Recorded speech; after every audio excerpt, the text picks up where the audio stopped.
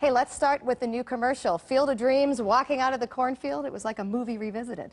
It was, you know, I mean, obviously Pepsi is a huge brand and something that anybody would be proud to be a part of, I mean, I definitely was. And to be included in a commercial where you're with so many iconic baseball stars of the past and present, it was pretty cool. Was it nostalgic? Watching it, I felt nostalgic about the movie. Yeah, it very much so was. I mean, obviously the guys that I was in the commercial with were guys that I had watched play baseball growing up as a child, and then guys like Jim Tomei, who are probably going to be in the Hall of Fame at some point. I was like a kid in a candy store in a cornfield. A kid in a cornfield?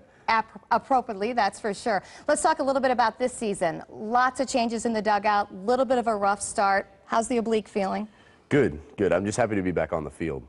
I think that was, you know, the biggest struggle for me was sitting and watching in the beginning. And like you said, I mean, so many changes went on in the off season, but you know, we've seemed to right the ship at this point. I mean, it's been a struggle, and I think we've done a great job of riding the high that we've been on this past, you know, 2.5, 3 weeks. But it was tough in the beginning, and I think we've done a good job. Well, tell us a little bit about it. I mean, from our point of view, we're looking at different names on the jerseys. From your point of view, in the clubhouse, in the dugout, you know, are you missing, you know, the fun that you were having with former teammates, and now, you know, there's new guys to get to know, new rituals?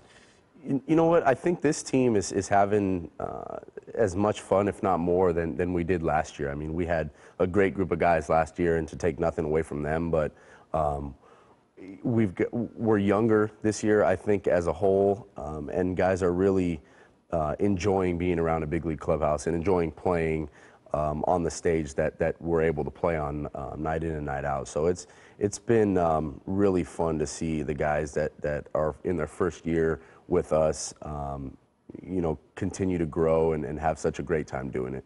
So what's the key from here on out? There was a big turnaround. Now we're riding high. How do you keep it up there?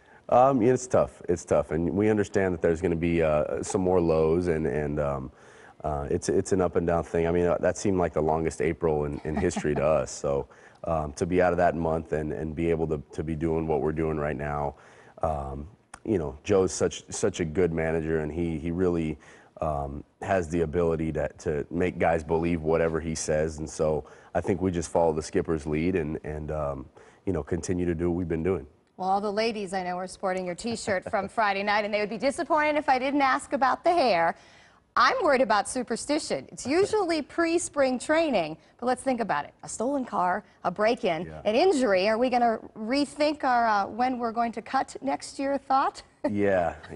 You know, that was the first time that I didn't do it, and everything went wrong. So I think the beginning of spring training next year, I'll probably cut all my hair off again. But I mean, it was tough for me to do because it took me so long to get my hair to the point where it was at, and I didn't want to cut it. But you know, after all that stuff happened, I had to do something. I had to make some changes. So the hair was the first thing to go. Can you not wait next year, please? I won't right. wait. I promise. I think that would make everybody breathe a little bit easier.